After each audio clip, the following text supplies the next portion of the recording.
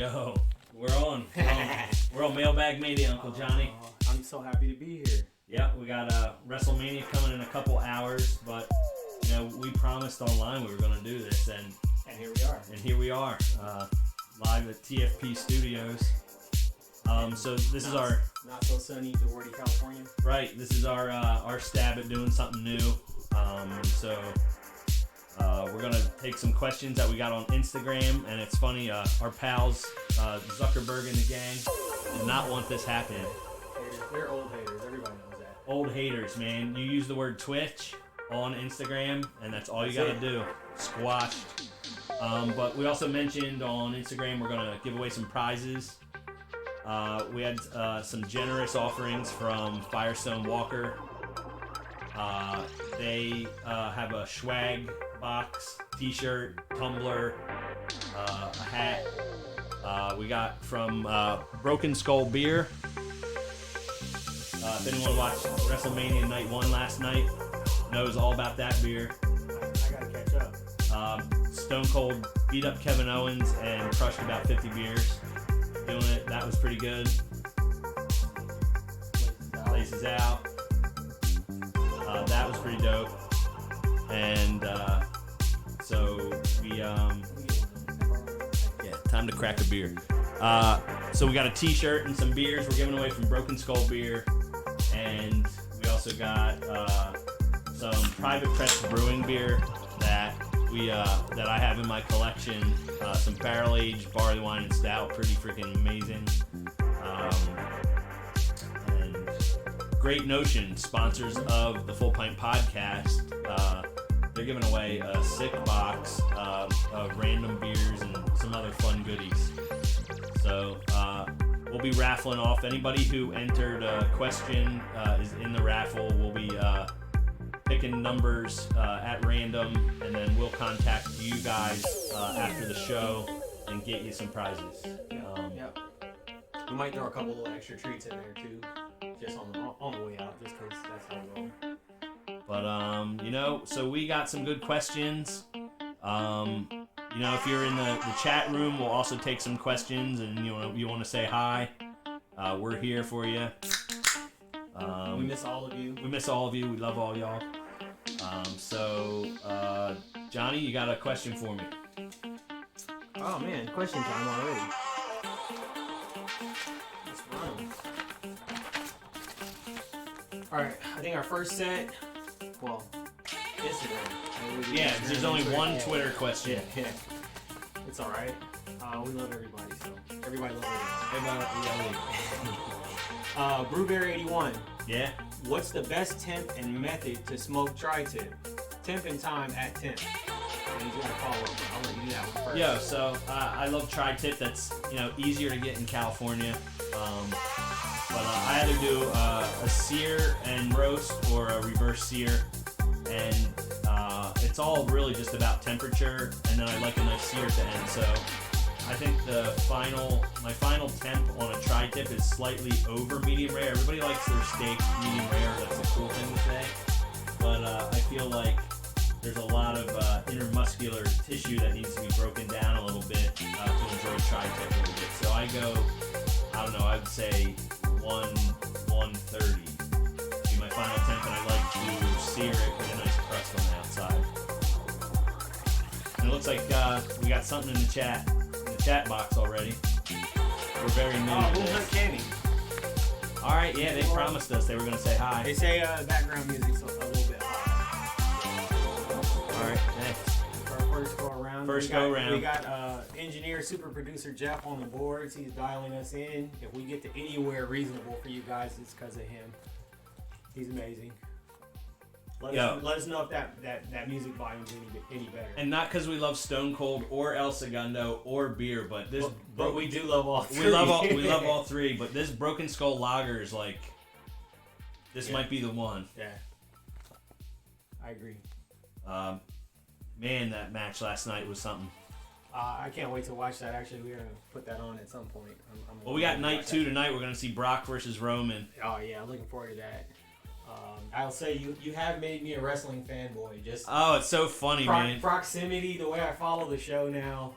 Danny and I always wrestling's like been on in the background for us for like 20 years. Well, for me, for like 20 years with this guy. Like, I can't help it. I'm a big child. You know what? I can't not love it at this point. Yeah. We still second part of Brewbear 81's question, or next question from him. When will we be featuring the founders of Brewdog on the show?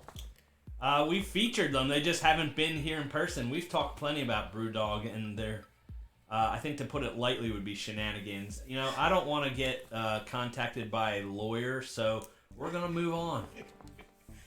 We'd be happy to have them. No, I don't want to be anywhere near that at all. Not at all. Well, there goes that. Steve Sullivan. Crafty Shipping. Remember? Oh yeah. Former sponsor of the show. Yeah. Big fan, long time. Yep. That was thank you, Steve. With larger distributors consolidating, but new breweries still opening, do you see room for smaller distributors to enter the market? I'll say yes. I'll say yes because just like some small businesses want to do business with small business. So if you're like a mid-sized brewery, then you don't need a larger distributor. It might not be your goal, but if you're just like a local small brewery and you just want to spread out a little bit. I know it doesn't really make sense from a business standpoint for a lot of businesses, but I think that's the part that keeps the brewing industry growing, is that these smaller breweries can still pop up and thrive, at least for a while. So I mean, how many years we've been hearing, there's too many. Yes, COVID killed a bunch of them, but and you gotta get out there too. Like you can't. I mean, everybody wants to sell direct to consumer, but if you want to make a name for yourself and even have people want to come visit you, you gotta know about it. I mean, I'm talking, smaller distributors spreading out 2 or 3 neighborhoods away from where your actual place of business is. I'm not talking about moving even counties over. I mean, in LA, our counties are pretty big, so if you could cover, go with a smaller distributor and cover a couple adjoining neighborhoods, I think your business model is going to be pretty good. Yep. Not a bad question. Daniel Batista. From modern times lunchboxes to private press liner notes, what are the things that make a beer club more than just the beer? I always appreciate when they kind of give you a direct line in. Like if you do like I think friends of the show, Firestone Walker, do a private chat. Same with Modern Times. They do like Zoom meetings where you get to interact and give feedback right to the company. I think that's always good. Sante and Darius, they always have one nice piece of club merch every year, like a hoodie or a hat. I always like that. I think I have a insulated bag from one year, and it's just they're nice touches. Yeah. I mean, it adds up after a while. Like you start getting mountains of shit in your house, but oh yeah. I mean, it's part of the fun. It's part of fun. It's a camaraderie. You got it's a even more dialed in bunch of people that you've got just one more thing in common with too. So it's just it's nice. Yeah. Also from Steve, will we be doing any anniversary glassware? I want to. I know a guy. I'm pretty sure that's a thing that's gonna happen. We got to do a drop. We're not doing an event this year, or maybe ever again. Maybe for our 20th anniversary if we make it that far. But I think a glassware or drinkware drop is definitely in the near future. Yeah. I had this dream of doing some red Pizza Hut cups, but I don't know how that goes on Instagram where people are trying to show off their beer in a red soda cup. So we'll try it. We're gonna do something fun. I got an idea for that. We'll work on it. All right. I'm sorry. I actually went back to Steve on that one. So we're following up Daniel Batista's questions. He had a second part, which was Stone Greg, Brooklyn's Garrett Oliver, Matt Brennelson from Firestone Walker. Who are the next faces of craft beer, and what are they going to do for the culture or community?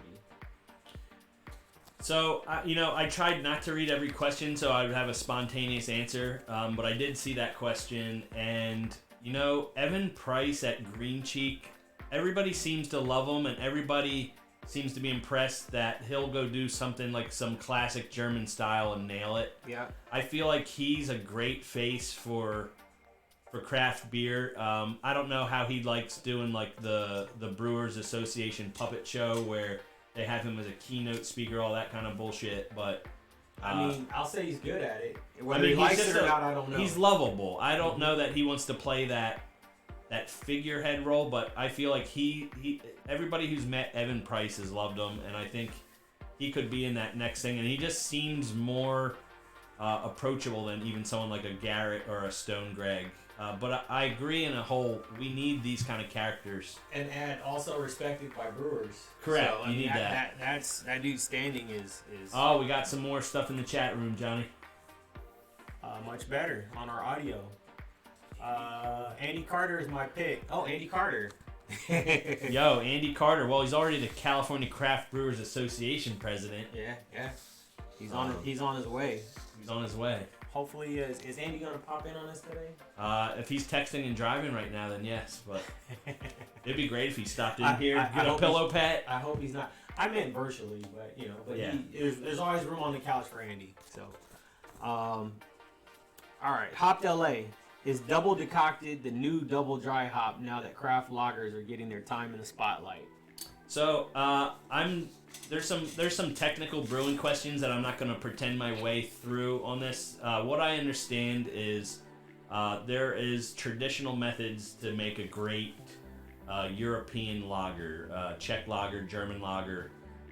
Double decoction is a method, a long way of extracting your starches and making your wort and all that with making lagers. And so Enegren over in Ventura, I believe it is, or up the way on the 101, they do some double decoction, and they do these traditional methods, and it makes for just a beautiful well-rounded lager.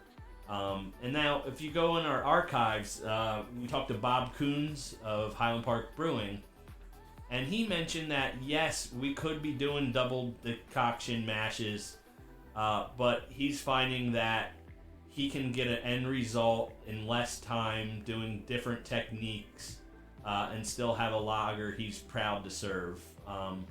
Maybe Green Cheek or Firestone Walker would say the same thing.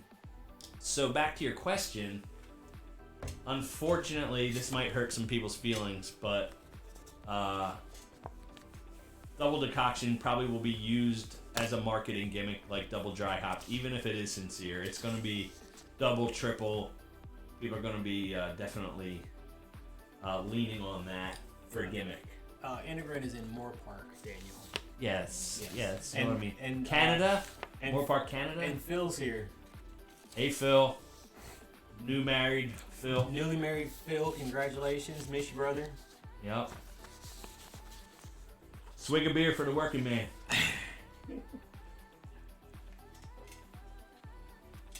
Oh, yeah.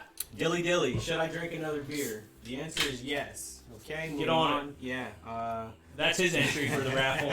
Hey, that's smart, right? Hey, man. We appreciate it. You're still playing the game. Brew reviews. Are craft lagers now mainstream and not as cool anymore? What do you think? I think it will get watered down as more and more show up. It's going to be like,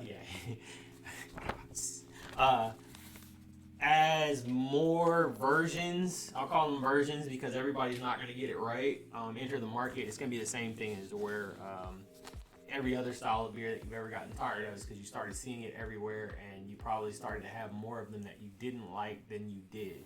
Right. So then you move on. So probably yes. All right. I don't ever see craft lager being a thing. I'm drinking one right now, but I think it'll always exist, but I don't think it's going to take over. Like it's going to be for the mainstream is like you got IPA is a mainstream lagers thing. Lagers are eternal. Right, lagers are eternal, and it's like they're already mainstream, just not craft lagers. And I think it's a price point thing when you can still go buy an 18-pack of Modelo for half of whatever. And it's everybody's got a budget. Well, I've been having a couple. I just came back from Texas last night. I spent a week in Austin and Houston. Shouts to Jester King. Got to play with the goats on the farm. That was amazing. Highlight of my trip. You know what the goat said about you too, right? They're like, we got to meet the goat. Yeah. Same. But we had multiple conversations. Of course, I'm on vacation. Had enjoyed some drinks. Sure. Just had the conversations about there's a correlation I believe, between price point on alcohol and how you feel afterwards. The way your body interacts with the ingredients. Like, you're drinking a plastic bottle of vodka versus something not so swilly. The way you feel the next morning. So, granted, most of these lager 30 packs that you're drinking, I gotta take a leak more than anything, but I'm not really catching a buzz off of. But they take a toll, at least for me. So I feel like you gotta hit that sweet spot of like, am I willing to pay a couple more bucks for something that's gonna not make me feel like a garbage human being? Exactly. And maybe the price point even makes me slow down, because I'm like, I'm not gonna just chug down this beer instead of, this beer costs a nickel. So that's just me. I don't know. No, I feel you on that. Ishamp. What are your expectations for when a beer is labeled as DDH or double dry hop, double the amount of hops, dry hopped in 2 separate increments, etc.?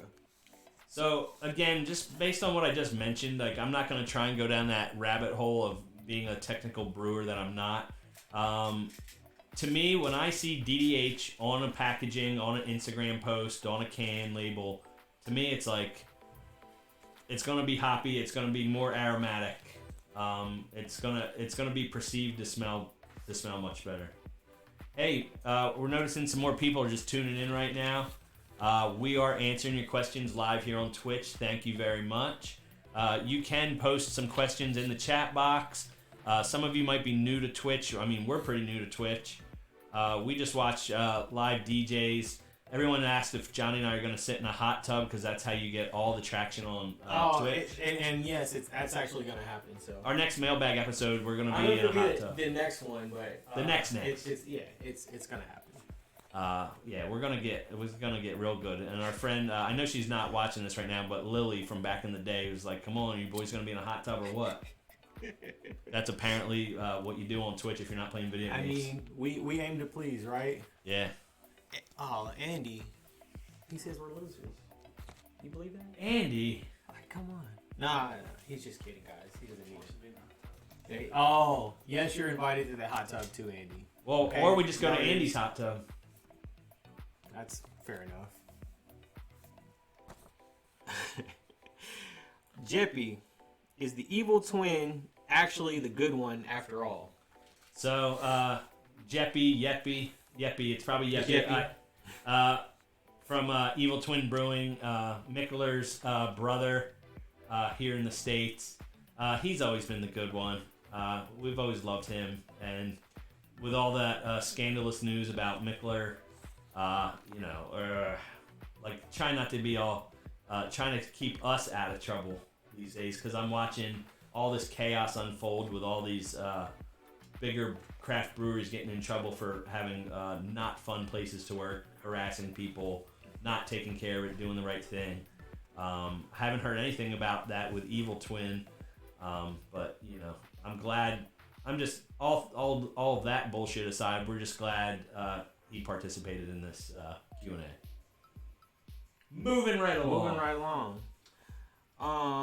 Brewjammer. Inflation. How long before we see standard $30 4-packs? Will your buying habits change? God damn it, Sleepy Joe. I had to get that in, at least one.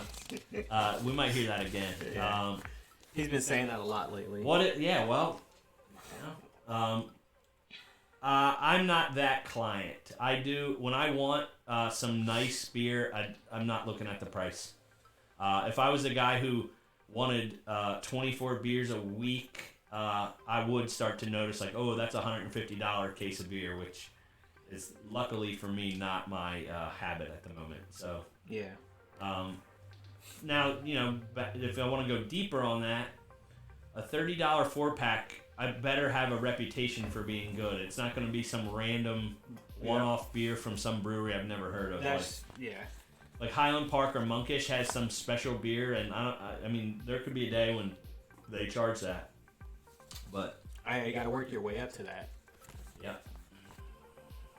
So, what do we got in the chat room, Johnny? What's going on? Is Andy Carter still boohooing? I think he's crying in the corner or something. So, Spectacular, believes in us. He's right on track. Who is that? Oh man, it could be someone from our Q&A on Instagram. So. Maybe so. Airman approved. Can we start calling IPAs made with thiolized yeast crisper boys? So that's I can take that one. So Jeffrey Airman was on the Full Pint podcast a couple seasons ago. He moved away from Paradox. He's at a new brewery right now. It's the name is slipping. I think it's somewhere in Oregon. But I'm losing it. Hopefully he's watching right now and be like, God damn it, Danny, you're screwing up right now.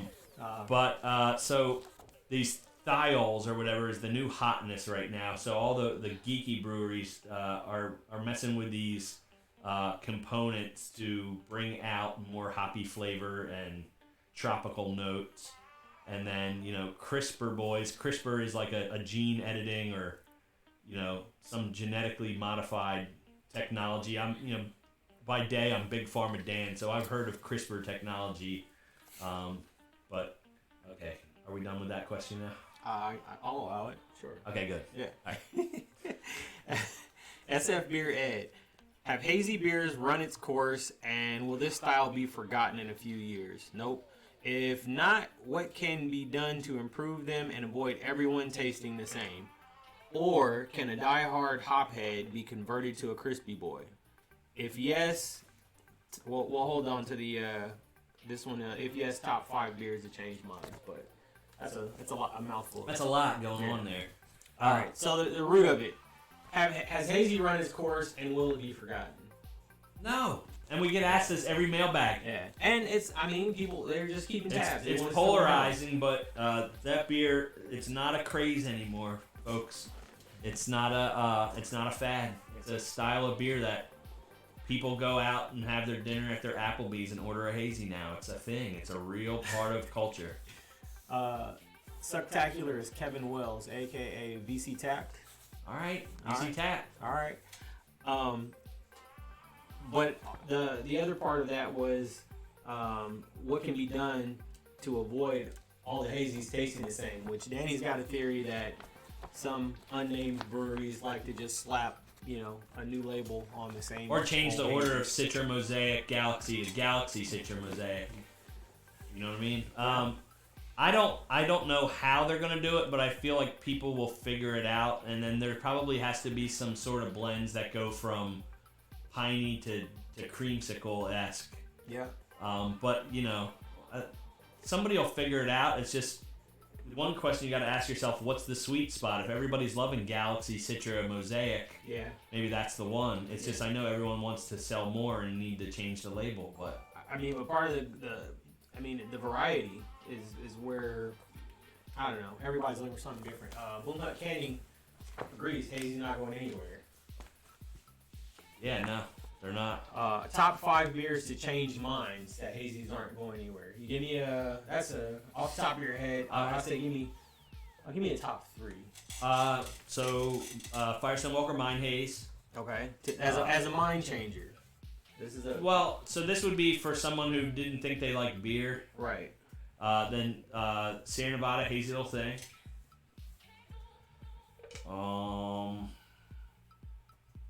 I don't even know what a number 3 would be. Danny prefers West Coast IPA people. But the mass-produced ones. I mean, like if somebody wanted to go have a monkish double IPA right now, they might be like, God damn, I like hazies now. Yeah. Other Half and Trillium also are the leaders of hazy beers, so I would definitely go with that. We got a question in the chat. Do you think beer in general is trending towards lower ABV or even non-alc? We're seeing a lot of non-alcoholic products, but I want to come back 1 year from now because right now there's a lot of products on the market, but I want to see how long it sticks. Yeah. People have said, sometimes I want to put it in between real beer so I don't get hammered drunk. Some people are like, let's take a break. but I'm just like, you know what? If you need beer that bad, I don't know what to say. I Eat Too Much wants to know, is hard seltzer beer or slush bombs beer? What's the distinction between beer and not beer from a technical perspective, not a legal one? I think very basically speaking, it's got to have yeast, hops, malt, water. If you have all those things, you definitely have arrived at beer. But hey, for those of you who are just tuning in, Johnny and I sitting here answering some questions on WrestleMania Sunday. Hey, for the folks in the chat room, did anybody catch night 1 of WrestleMania? And who's watching tonight? Broken Skull Lager, Stone Cold last night. I'm not gonna spoil the whole thing, but as you can imagine, Stone Cold drank a lot of beer last night. As he should.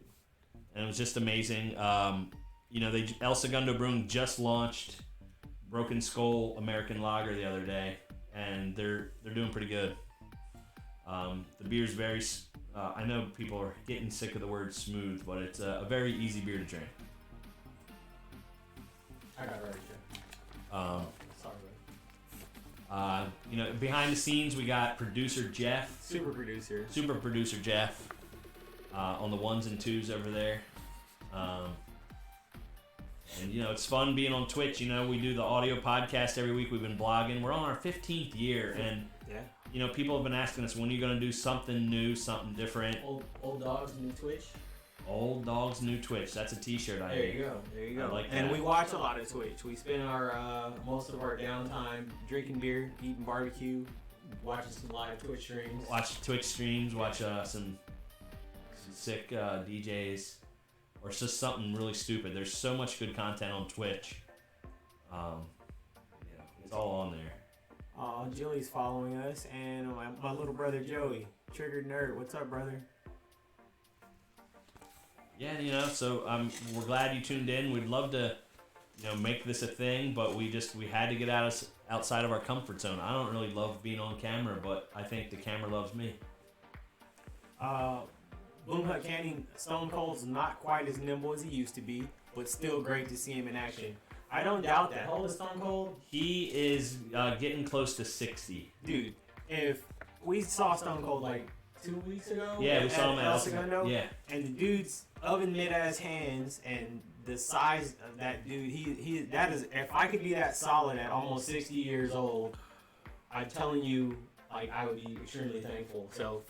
Yes, it was good seeing him. I haven't even watched the match yet, but that dude's looking great. And I will say that the beginning of the match started slow. I'm like, oh, it's slow. And I swear to God, a couple beers into it, he was mowing around like a badass motherfucker. Like I think he forgot that he was old for a minute. Dude, I can't wait to watch that show. It's so good. Yeah. Sean J. Clark, how long do you think a beer should age in a bourbon barrel before packaging? That's a good question. I find with an imperial stout or a barley wine, the sweet spot is 12 months. I've had beer that have or brewers that have gone 2 years, and I don't think it makes the beer better than 12 months. And then I think if it's going to be a lighter style, maybe like a lighter saison or something, that could go 6 months. Mm-hmm. A lighter beer can pick up great characters out of a barrel in 4 to 6 months, but imperial stouts, barley wines, 12 months, that's it. Anything else is a gimmick. You ask him recipe questions, he's not a brewer, but you ask him about putting some shit in the barrel. That's it. That's your guy. Dude, I'm a brewmaster, but I don't know. I didn't go to school for it. Craft Beer Joe, what's the beer that a brewery has discontinued that you miss the most? Craft Beer Joe misses Pale 31. Dude, that's such a great beer. So it's funny.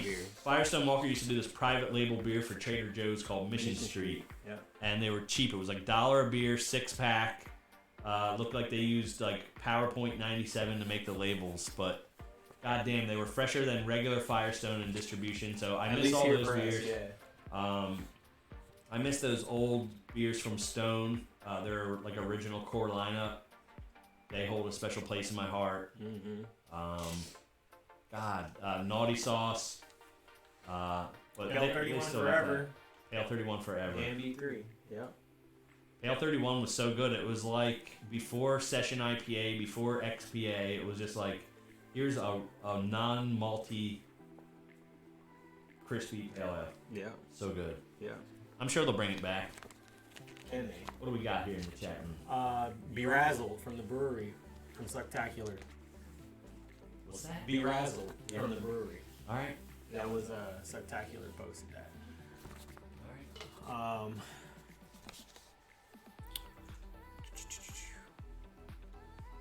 818 Brewer, cold IPA.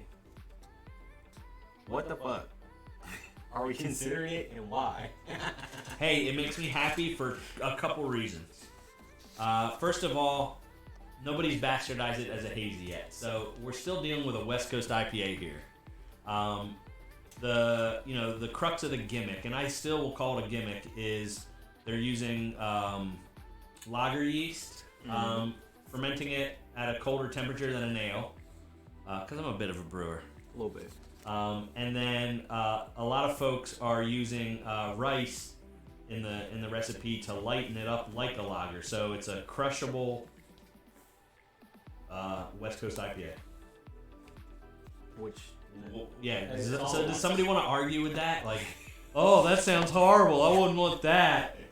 Oh man, an even better West Coast IPA. I'm like, no one's gonna argue. Yes, it's a gimmick. Yes, it's being used to sell beers right now. But at the end of the day, the nuts and bolts of a cold IPA is fine with me. Beer Truth Podcast. Why did Brewed IPA have to die a miserable death? Nobody could make it right. Nobody knew what it was, and then when they thought they knew what it was coming out like trash. Yeah. I feel like it'll be revisited at some point. You're not wrong. Somebody somewhere is probably actually making like a good one. You're not wrong. I mean, Black IPA came back for 1 minute last year. So yeah. Yeah. Everybody will get it. Every failed style will get another chance. Yeah. Insta to be free. Why don't breweries give more notice time to major releases? For those of us who will travel many miles but need to put in leave from work to get there. Like, a little more heads up.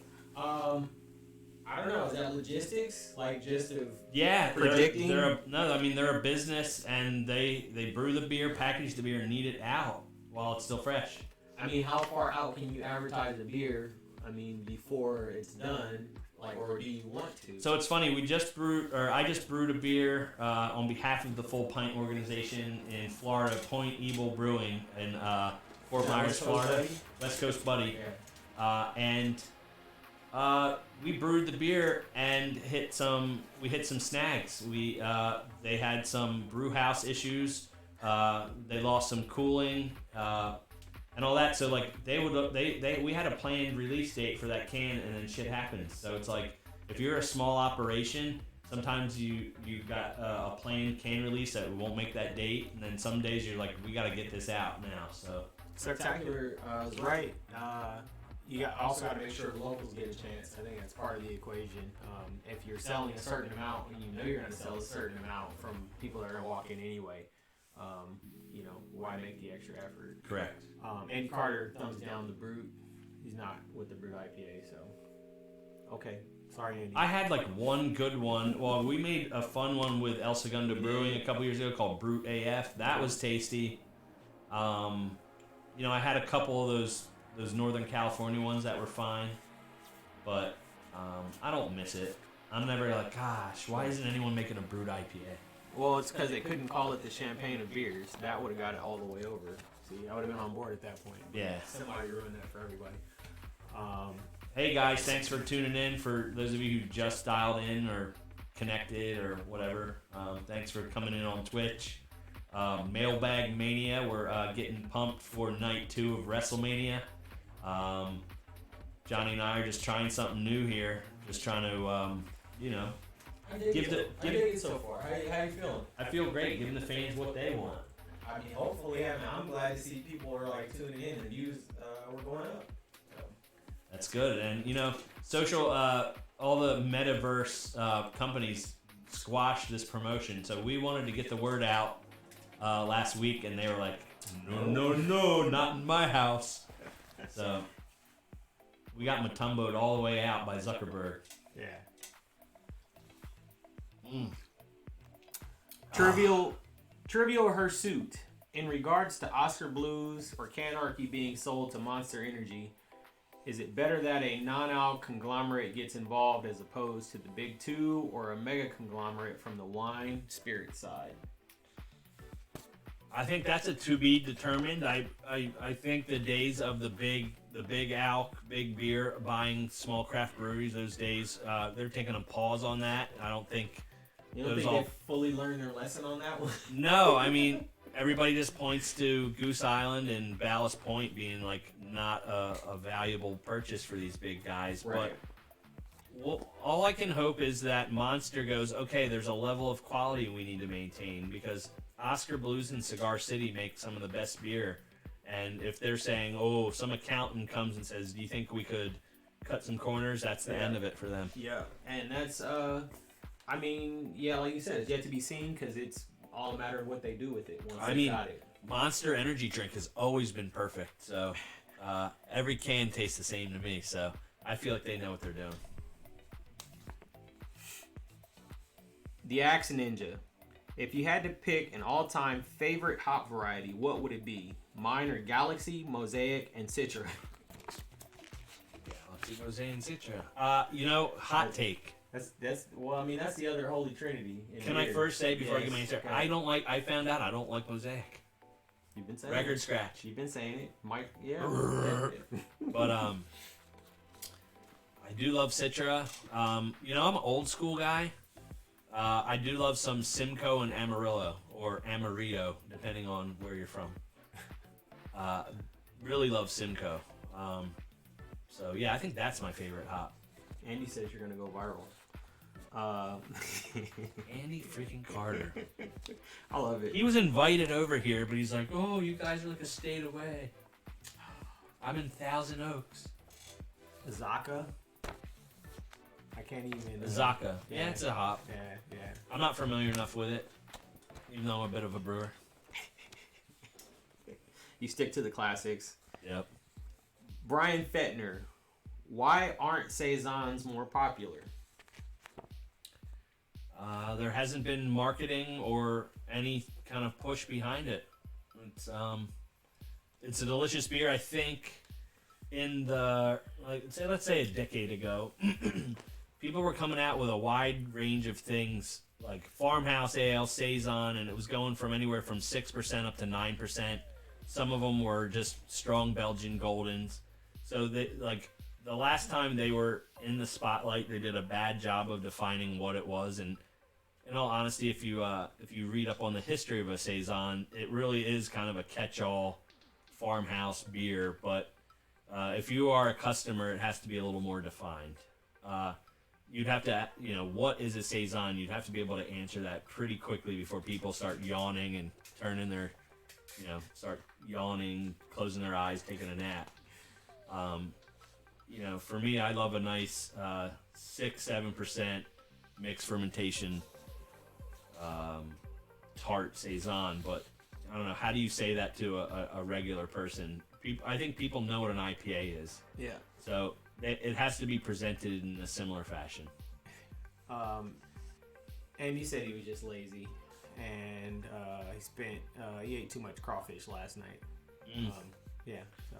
TFTI, Andy Carter. And he was sucking on tails, I believe. Spectacular said, yeah. So yeah, All right. I love it. Craft brewer. What is you're the brewer, bro. What is the best time to start spunning a lager? From the start or a few days into fermentation? I'm just gonna say go to Google, bro. The dude's you're the craft brewer. brewer, right? Like I would ask. Well, you. they're right next to Wix. If I'm correct in who this person is, there's a in that whole Wix Brewing out in Riverside space. It's called the Craft Brewery is the name of the brewery. All right. I don't know how they got that name. I guess everybody thought no, there's no way. Yeah. But so I guess I did a little Googling on the whole spunding thing, and it's like when to start carbonating. Our expert Andy Carter says 5 to 7 days in. I trust it. I trust Andy Carter. Yeah. Lady Shanimal. When does a beer stop being a beer with all the adjuncts and things added these days? There's one right there. Do you have a bottle opener, Johnny? Of course I do. All right, I'm going for a porter, man. I can't drink an IPA yet. When does a beer stop being a beer and with all the adjuncts and things added these days? Is there a new subcategory forming, beer adjacent? I mean, that would kind of run into that same seltzer category too, right? I was in the zone. What was that question? When does a beer stop being a beer with all the adjuncts and things added these days? Yeah, I think if you still can get in the yeast, hops, malt, you're at least in beer land. And then if you want to add Snicker bars, cotton candy, that's you. Papa Hoppy 72. Strata was the hot hop off 2021. As many breweries were spotlighting it in their beers going into 2022, still seeing starts out there. Will there be another hot hop for 2022, or will the focus be on flavor enhancers like Phantasm? I'll tell you what, I love Strata. I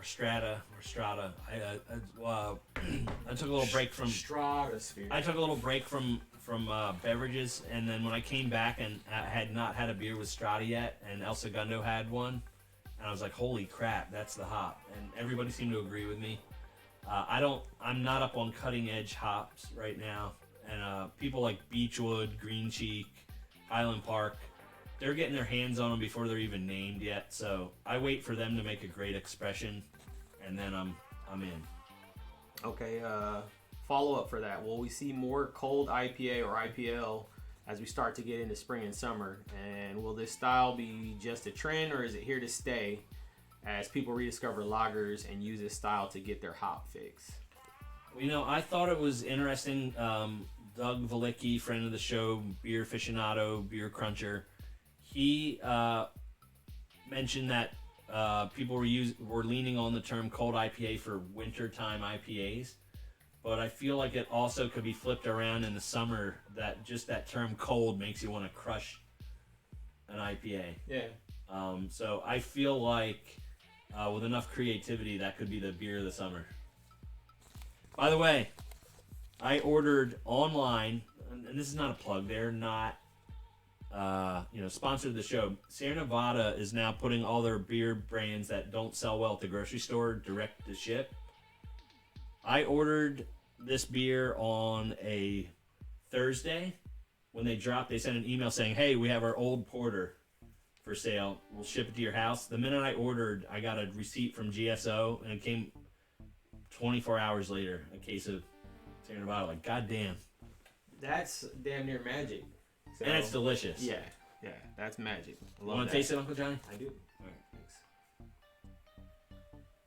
We'll take a PCR later. I spent half a day in the airport. I got all the shits. All right. Scotty B. Brewing. Yeah, he does. When do they add the Band-Aids to the beer to taste like Band-Aids? Have you not heard of dry Band-Aiding a beer? Do they dry Band-Aid it or put them in the boil? No, I think we're referring to polyphenols right now because I'm a bit of a brewer.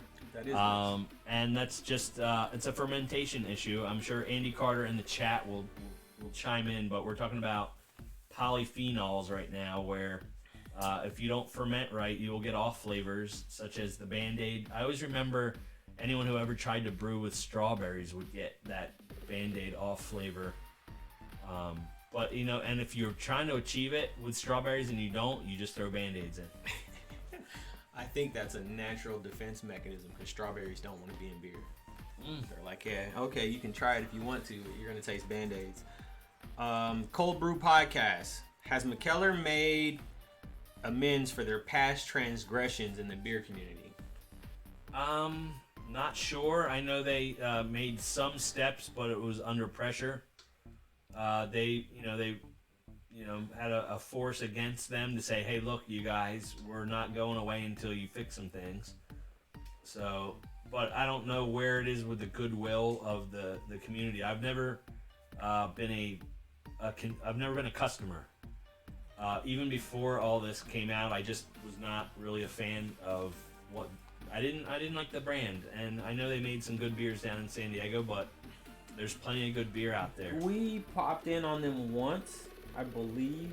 Well, Bill Batten. When Bill was, and that was for a hot minute. Yeah, we made a beer with them. Yeah. Bill quickly left, and you could read between the lines. Bill's a professional, didn't want to say this was a horrible place to work, but everybody since then. And I go where Bill goes, so. Yeah, I go where Bill goes, and everybody since then has just been like, yeah, that place was a garbage place to work, and with all the scandal that's out now, it's not just the San Diego location, it's the one in Denmark as well. So.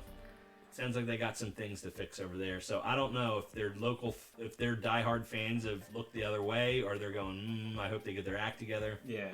I hope they do. I hope they do. I always hope they do. I hope everyone does. J-Doll 5425. Since hoppy IPAs are so damn popular, why don't we see brewers making more non-traditional dark ales, hoppy porter stouts, etc.? You know, they try every couple years. Like, I remember there was brown IPA and then dry hopped stouts. I remember years ago that was a thing. And it's just, people have to, be in the right position to do something that might fail. Yeah. And I feel like, I'm going to go back to that if you...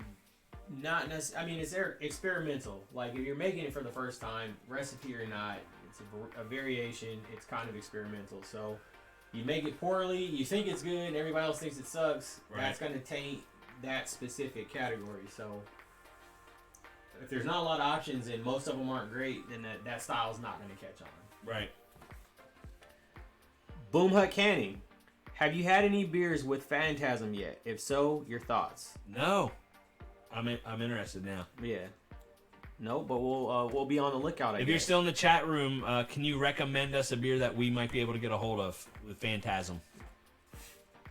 We'll keep an eye out for it. David Simcott. If my bartender at my local brew pub spends more time checking his Facebook than he does serving beers, should I tip him? Should I find a different local? Should I move to another state? Or should I quit drinking and go to the library? What do you say, Johnny? Maybe they're just bored. I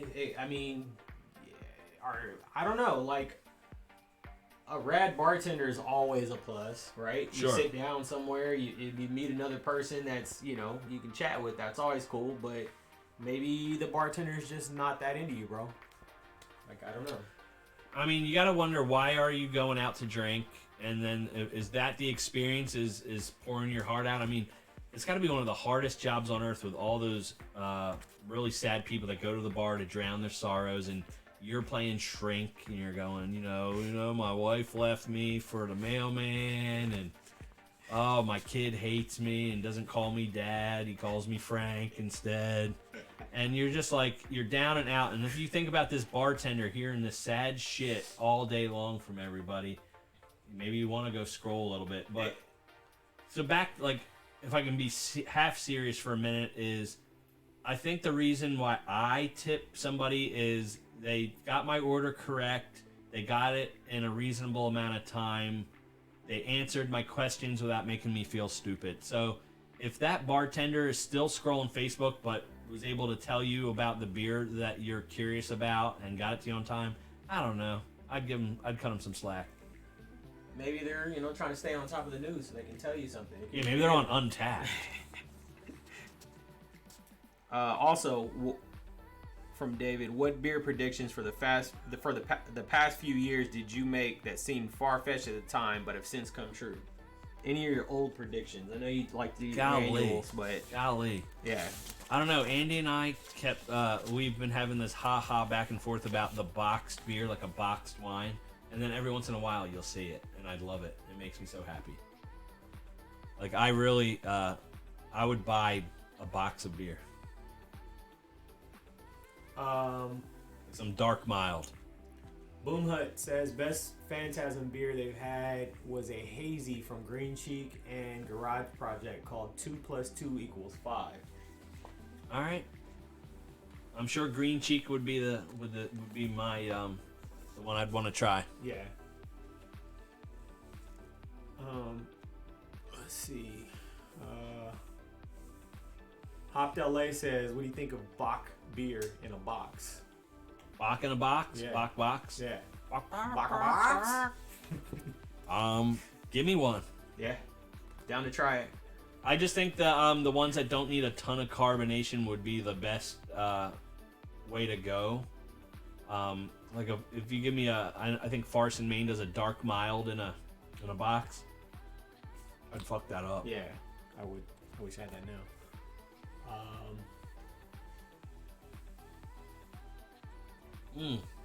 Airman Dad. So good. Oud Beer Cell does some really interesting lambic infusions that are all bag in a box. And Dan B3 says, yeah, Forest and Maine. So, Yeah, fucking yeah, I love Forest and Maine. Yeah. Box beer for Prez 2022. All right, this is our only Twitter question. All right. You ready? Yeah, I'm ready. It's gotta be a good one. It's the only one, right? Yeah, well, Twitter's so hot right now. Go on. Will kettle sours ever have the backing that traditional sours have? And if so, what will be the tipping point? I want to say kettle sours have a far more push than traditional sours, and I think that's why they're more successful right now. They're actually advertising, or they're marketing. They seem to be marketing kettle sours to a more casual audience and a younger audience, where the barrel-aged sour that were so hot a couple years ago were kind of catered to the super aficionado, the super beer geek. So right now people are putting like a Double Dare sticker on some green slime fucking kiwi sour right now, and people are just buying it up versus well, we aged this in a Pinot Noir barrel for 24 months and double decocted it. So I'll tell you, you really gotta if you have an audience, you gotta go hard. Yeah. Why you got them? Attention don't last forever. Where are we at on time? We might be able to answer some questions out of the chat room. We're 5 under. All right, that's pretty dope. Any wrestling questions? Any beer questions? I was gonna follow up with a wrestling question. I got wrestling on the mind. All right, for part 2 tonight. But who do you got? Brock or Roman? I want Roman to win, but I feel like with it being good guy Brock, he's just gonna win. I feel man, I love watching Brock manhandle people. So I just want to see it. I want to see Suplex City. I want to see him throw Roman into like the third row. And it's not that I hate Roman. It's just I think Brock is. I don't believe anybody like can beat that guy. So again, I don't want to spoil. I don't think we're gonna watch every minute of night one, but the Usos won last night. Yeah. Rick Boobs had 2 people on a fireman's carry and his leg gave out on him. Oh, it was gross. Oh, but that's good TV. Yeah, I know, but it was like me and super producer Jeff were watching it and we're like, ah, and they had to quick wrap the match up. But I'm hoping. I want to see Paul Heyman take a F5. Oh, I'd love to see that too. I'd like to see that. I think he might actually shit himself. So. All right, what do we got in the chat room? Tribal King. That's what Jill says. Jill's voting head of the table. Tribal Chief. Yeah. My Tribal Chief. I love that. You want to put money on it? Huh? Jill in the chat. You want to put money on it? She's probably gonna say yes. Oh man, so it's gonna be fun. It's gonna be a long day, especially if we started drinking now. That'd be all right. Be all right. Like I'm gonna be honest with you. The minute Stone Cold started guzzling those beers last night, I just like the on switch. Probably you and everybody else. Yep, she said. Dude, it was so good. Like I wanted to take a bath in Broken Skull American Lager last night. Wow. I slept like a baby too. Great, and you felt like a champ this morning. So. Dude, I woke up like a champion. Like, let's go. Let's do this feed. Let's do MailbagMania on Twitch. What do we got? Do we got another question in the chat? Dan B3 says just stick an NA beer in between. That's how you pace yourself. Ah, yeah. That's why they're making NA beer. Yeah, that's one way to do it. I think. Oh, wait. Let's do the raffle real quick. We're going to come up with 3. We assigned each question a number. Okay. And we are going to generate 3 numbers right now. Super producer Jeff. He's on it. How many questions? I want you to do 30. I want you to do 3 before you hit the button 3 times before we get one. And there were 30 questions? 30 questions. Yeah. All right. So I'm going to hit the button 3 times. Yep. All right, you ready? Yep. 7. Question number 7. Question number 7 is Ish Amp. Ish.amp. All right. And they win the Firestone Walker merch pack right now. They get the T-shirt, the hat, the tumbler. Firestone Walker pack. Yeah. Congratulations. Yeah. All right, we're gonna hit that. We're gonna hit that generator again. 16. Number 16. Beer Truth Podcast. Beer Truth Podcast. Congratulations. You win the Great Notion prize pack. You're going to get a box of beer and some other fun stuff from the fine folks at Great Notion Brewing. Yep. Congratulations. Congrats. All right, one more prize. This will be for the private press, private bottles. Drum roll. Drum roll. No, we got to do one more. Number 7 hit again. You're very lucky. 25. J Doll 5425. JDAHL 5425. All right, you get the private press set. We will contact everybody on DM, get your address, get your prizes out. Thank you so much for helping us. Absolutely. Thanks for joining us. Yeah, without you guys, this wouldn't have been a show today. We just would have been crying and then watching WrestleMania Night 2. We have to shout out Jill for loaning us her plants. Jill. Livens up the place. Plants by Jill. Plants by Jill. Shout out to super producer Jeff. Oh, man. Came all the way from Florida dealing with bum-ass American Airlines just to help us with this show. American Airlines, you're garbage, dog. Garbage. Yo, if they're watching, we're just kidding. I'm not. No. Let's see. What else can we give a shout out to? Shout out to Broken. Oh yeah, we have one more raffle from Broken Skull Beer. All right. We have one more raffle. Sorry guys. That's all right. Ready? Who doesn't love more prizes? More prizes. You're gonna get a T-shirt and a 4-pack of Broken Skull Lager. Let's see. 23. 23. Number 3. Or number 23. Papa Hoppy 72. Number 23. All right. Congratulations. Sweetness. Anyway, look out for a new episode of the Full Pint Podcast coming soon. And then look out for when we do another one of these joints again. I think we'll do it again. All right. It works for me. It works. But we're going to do it in a hot tub. Hot tub. All right. We'll work on it.